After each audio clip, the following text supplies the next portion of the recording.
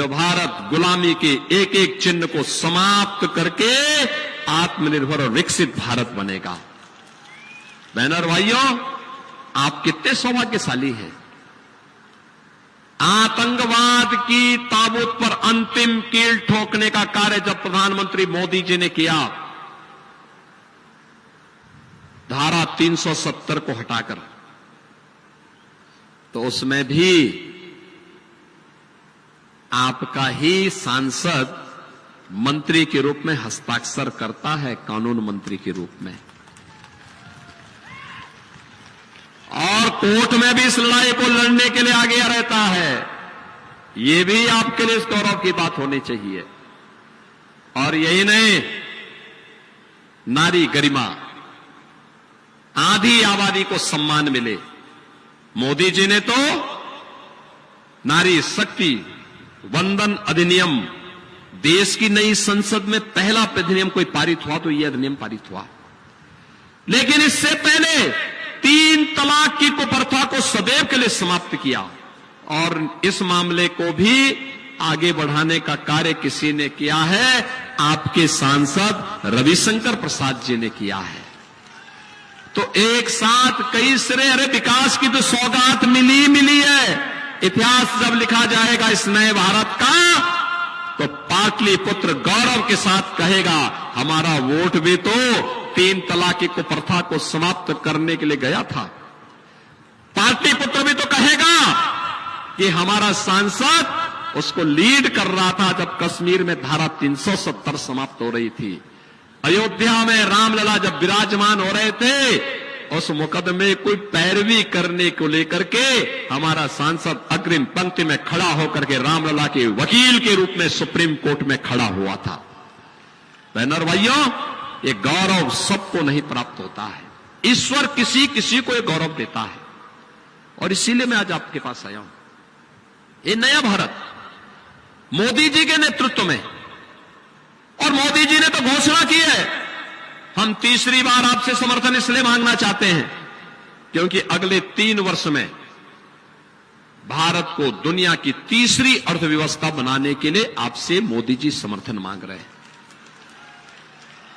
2047 में भारत दुनिया के एक महाशक्ति हो, आत्मनिर्भर और विकसित भारत के लिए आपसे समर्थन मांग रहे हैं।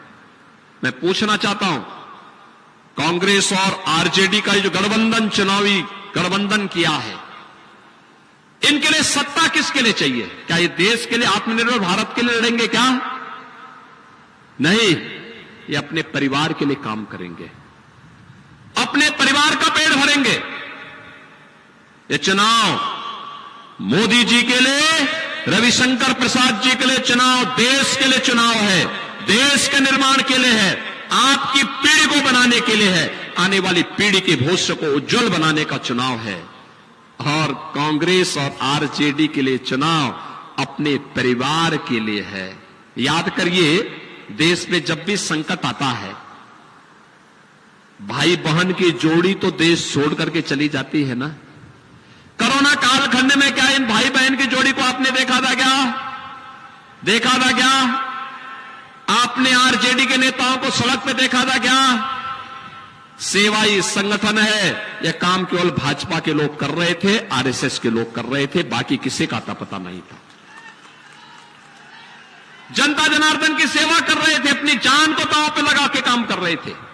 और उत्तर प्रदेश में जब दिल्ली में आम आदमी पार्टी ने, इसी इंडिया गठबंधन का वह पार्ट है, जब वहां के पानी के कनेक्शन और उनके राशन कार्ड बंद किए, उनको वहां से जबरन निकालने का काम किया, तो मैंने तो 14,000 बसेस लगाई। लोगों ने कहा, अरे बिहार के, अरे हमने कहा बिहार क्या बात करते हो भाई, हमारे देश का नागरिक है और मां सीता के, मां जानकी के मायके लोग हैं, मेरे मेहमान हैं, मैं तो उनकी सेवा करूंगा, सेवा करूंगा। उत्तर प्रदेश में जब तक जितने दिन रहना चाहेंगे उनकी सेवा होगी, उनके लिए खाने पानी की व्यवस्था करूंगा, उनके उपचार की व्यवस्था करूंगा, उनके लिए हर प्रकार की सुविधा दूंगा। कोई भी उसमें उनके साथ भेदभाव नहीं कर सकता है। बहनों और भाइयों, ये जो आरजेडी और कांग्रेस का गठबंधन है, कांग्रेस ने पहले देश को बांटा, फिर भाषा और क्षेत्र के आधार पर देश को आपस में बांटने का काम किया, और अब जाति के नाम पर ये लुढ़ाना चाहते हैं। क्या करेंगे? जाति के नाम पर पहले अलग अलग जातियों को, उनके लिए अलग अलग उनको बनाएंगे, फिर इनको लड़ाएंगे, और फिर कहेंगे कि भाई आप लोगों में तो आपस में बहुत ज्यादा झगड़ा है, पहले अपने झगड़े को आप फरिया लीजिए, तब तक आपका आरक्षण हम लोग मुसलमानों को दे देते हैं। इनका घोषणा पत्र तो यही कहता है। आज आप इनके घोषणा पत्र को देखो तो इनका घोषणा पत्र क्या कहता है? इतनी खतरनाक बात कहता है कि अगर कांग्रेस और आरजेडी की सरकार बनेगी तो मुसलमानों को आरक्षण दे देंगे। बहनों और भाइयों, बाबा साहब भीमराव अंबेडकर ने क्या कहा था? धर्म के आधार पर आरक्षण नहीं हो सकता। भारत की संविधान सभा में इसका विरोध हुआ था।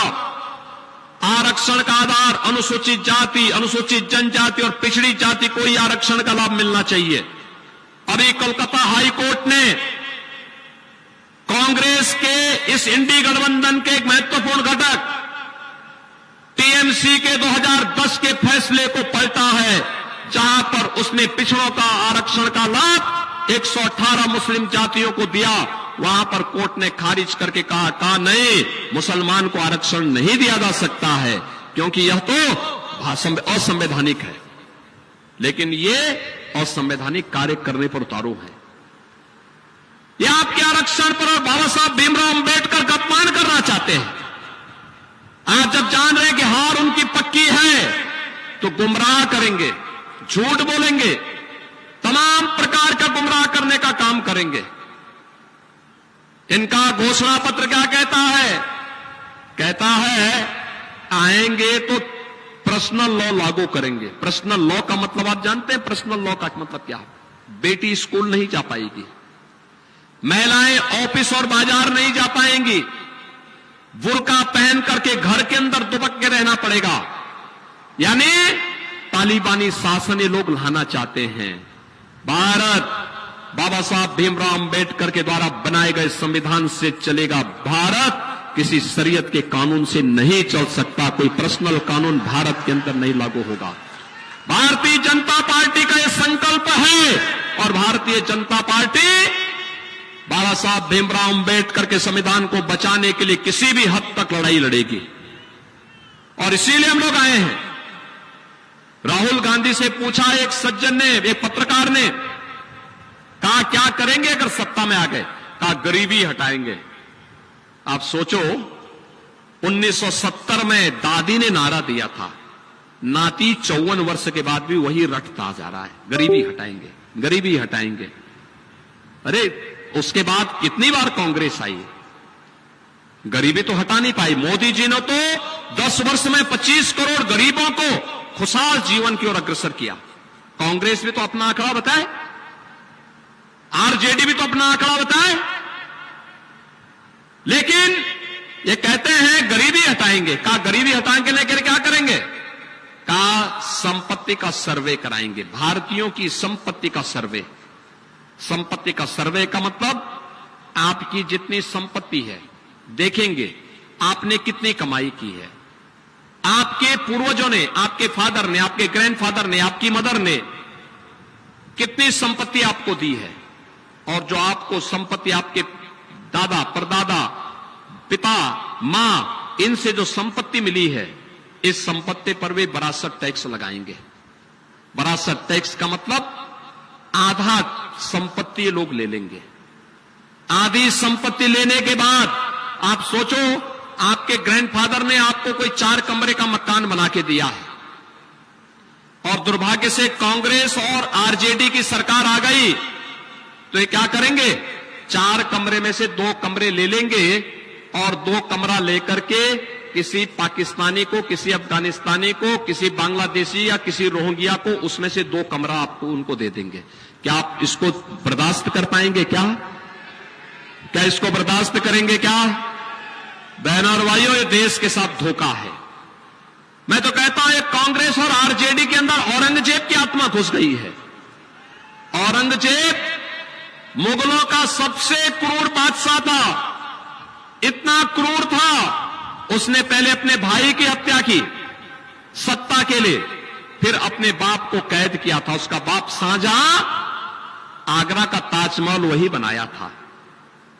और यही पटना की खुदाबख्त लाइब्रेरी में पढ़िए ना, शाहजहां क्या कहता औरंगजेब के बारे में, कहता है कि तुझ जैसा कमबख्त पुत्र किसी को पैदा न हो। तूने मुझे जीते जी पानी के लिए तरसाया, एक एक बूंद पानी के लिए तरसाया है। अरे तुझसे अच्छे तो हिंदू हैं जो अपने बड़े बुजुर्गों का सम्मान करते हैं और मरने के बाद श्राद्ध कर्म करके पितरों को तर्पण करते हैं, जल देते हैं। बहनों और भाइयों, औरंगजेब ने हिंदुओं पर एक टैक्स लगाया था, उसका नाम था जजिया कर। ये विरासत टैक्स कांग्रेस का जजिया कर है। हमें औरंगजेब को भारत के अंदर फिर से जीवित नहीं होने देना है, औरंगजेब को जीवित होने से रोकना है। तो बहनों और भाइयों, मैं आपसे कहूंगा कि कांग्रेस आरजेडी गठबंधन को पूरी तरह खारिज कर देने की आवश्यकता है, पूरी तरह खारिज करने की आवश्यकता है। ये कहते हैं सत्ता में आएंगे, सत्ता में आएंगे तो अल्पसंख्यकों को उनकी रुचि के अनुसार खान पान की स्वतंत्रता देंगे। मैं तो इनकी बुद्धि पे मुझे तरस आती है, मुझे इनकी बुद्धि पे तरस आती है। अरे खान पान अल्पसंख्यक और बहुसंख्यक का अलग अलग कहा, अलग अलग कहा। बाटी चोखा बहुसंख्यक खाता, अल्पसंख्यक भी खाता है। दाल चावल रोटी सब्जी बहुसंख्यक खाता, वो भी खाता है। अन्य पकवान बहुसंख्यक खाता, वो भी खाता है। हां, एक जगह में आके थोड़ा हिंदू खड़ा होता है, जब कोई गौ वंश की हत्या करता है, गौ माता की हत्या करता है, गौ मांस खाने के लिए कोई मुसलमान खड़ा होता है, तब हिंदू खड़ा होता है, कहता है नहीं, जन्म जन्म का नाता है, गौ हमारी माता है, हम गौ माता को कटने नहीं देंगे। और तब वहां पर फिर वही हाल होते हैं जिसके वे हकदार होते हैं। और बहनों और भाइयों, इसीलिए मैं आया हूं। राम जन्मभूमि का जो पुण्य आपके साथ जुड़ा है, आप वर्तमान पीढ़ी को भी कह पाएंगे और भावी पीढ़ी को भी, और परलोक में पूर्वजों को भी बता पाएंगे कि देखो आपके संकल्प को पूरा करके हम लोग आए हैं, हमारा एक वोट आपके संकल्प की पूर्ति किया है। लेकिन गौ हत्या अगर आपके वोट के कारण होती है तो बहनों और भाइयों, वो पाप से भी वंचित हम नहीं हो सकते। और इसीलिए तो हम यूपी में, जैसे मुझे मुख्यमंत्री बनाया गया तो मैंने सबसे पहले स्लॉटर हाउस ही बंद करवाए, एक झटके में 24 घंटे के अंदर सभी स्लॉटर हाउस बंद। उसके बाद मैंने कहा भी देखो जितने बड़े माफिया इनकी सूची तैयार करो, सबकी सूची तैयार कराई। और मैंने उनसे कहा भी तुमने जितने गरीबों की जमीन को, व्यापारियों की जमीन को कब्जा किया है, अगले 12 घंटे के अंदर खाली कर दो और माफी मांग लेना। नहीं मानोगे तो तुम्हें जेल तो नहीं मिलेगी, जहन्नुम में जरूर पहुंचाऊंगा। और बहनों और भाई, आज देखते होंगे जो बड़े बड़े माफिया थे ना पहले वहां के, जो सत्ता जिनके सामने झुकती थी, जिनके सामने गिड़गिड़ाती थी, जिनके सामने सारे प्रोटोकॉल जिन माफियाओं के सामने समाप्त हो जाते थे, माफिया का काफिला चल रहा है तो पता लगा मुख्यमंत्री और राज्यपाल का काफिला रुक गया। जिनकी इतनी दहशत हुआ करती थी यूपी में, आज जब उनको पकड़ करके लाया जाता, उनकी पैंट पहले गीली हो जाती है कोर्ट में, गले में तख्ती लटका के भीख मांगते, कहते साहब थैली लगा के पेट भर दूंगा, बस बकस दो, एक बार जान बकस दो। मैं कहता हूं देखो, तुमने न जाने कितने गरीबों को मारा है, कितने निर्दोषों को मारा है। अरे तुम्हें वैसे भी जहन्नुम में जाना है, समय रहते चले जाओगे तो ठीक रहेगा। और बहनों और भाई, आज आप देखते होंगे उत्तर प्रदेश अतिक्रमण से मुक्त, कर्फ्यू से मुक्त, दंगों से मुक्त। कोई दंगा सुना यूपी में? हो ही नहीं सकता, हो ही नहीं सकता। कर्फ्यू का नाम यूपी में लोग भूल जाएंगे अगले 2-3 वर्षों में। और बहनों और भाइयों, बाकी जो बचा हुआ था वह काम बुलडोजर ने पूरा वहां कर दिया है। और इसीलिए मैं आया हूं आपसे कहने के लिए, ये बिहार के नाम को बदनाम करने वाली आरजेडी और कांग्रेस, जिसने हमारे बिहार के प्रतिभावान युवाओं के सामने पहचान का संकट खड़ा किया था। मुझे तरस आती है, देश को नेतृत्व देने वाला बिहार, ये आरजेडी और कांग्रेस ने कहां पहुंचा दिया था। पहचान का संकट आ गया था बिहार के सामने।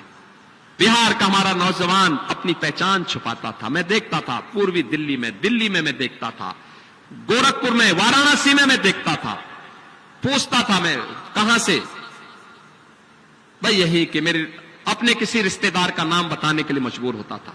मैं कहता था यार बिहार के हो, क्यों नहीं बोलते बिहार के हैं, बोलो ये बिहार में हमें गौरव की अनुभूति होनी चाहिए। हम बिहार से क्यों, बिहार तो देश को नेतृत्व दिया है, भारत के इतिहास का स्वर्ण युग बिहार ने दिया है, यही पाटलिपुत्र ने दिया है। क्यों हम बिहार के नाम से संकोच करते हैं? लेकिन ये आरजेडी और ये कांग्रेस बिहार के नाम को डुबोने वाली पार्टियां हैं।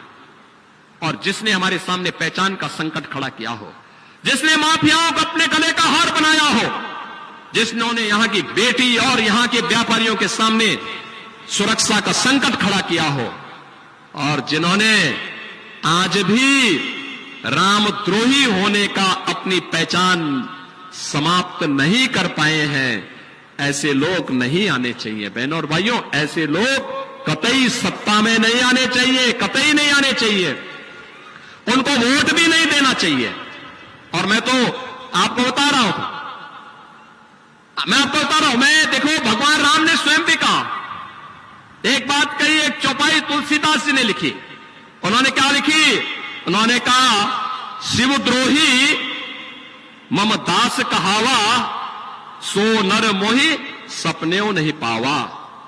उन्होंने कहा कि अगर कोई शिवद्रोही मेरा भक्त कहलाना चाहता है, वह सपने में भी यह कल्पना न करे।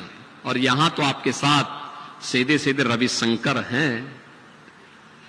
ये रविशंकर प्रसाद जी आपके प्रत्याशी हैं। अगर कोई उनका विरोध कर रहा है, क्योंकि वे तो रामलला के वकील के रूप में हमें उनको देखना है, अगर कोई उनका विरोध कर रहा है और अगर वह कहता है, कोई सपना आपको दिखा रहा है, सपने को खारिज करिए, कहे नहीं भाई रामलला के वकील को हमें जिताना करके भेजना है, जीतेंगे रविशंकर प्रसाद जी, कोई संदेह नहीं। बहनों और भाइयों, कोई संदेह नहीं, कोई संदेह नहीं।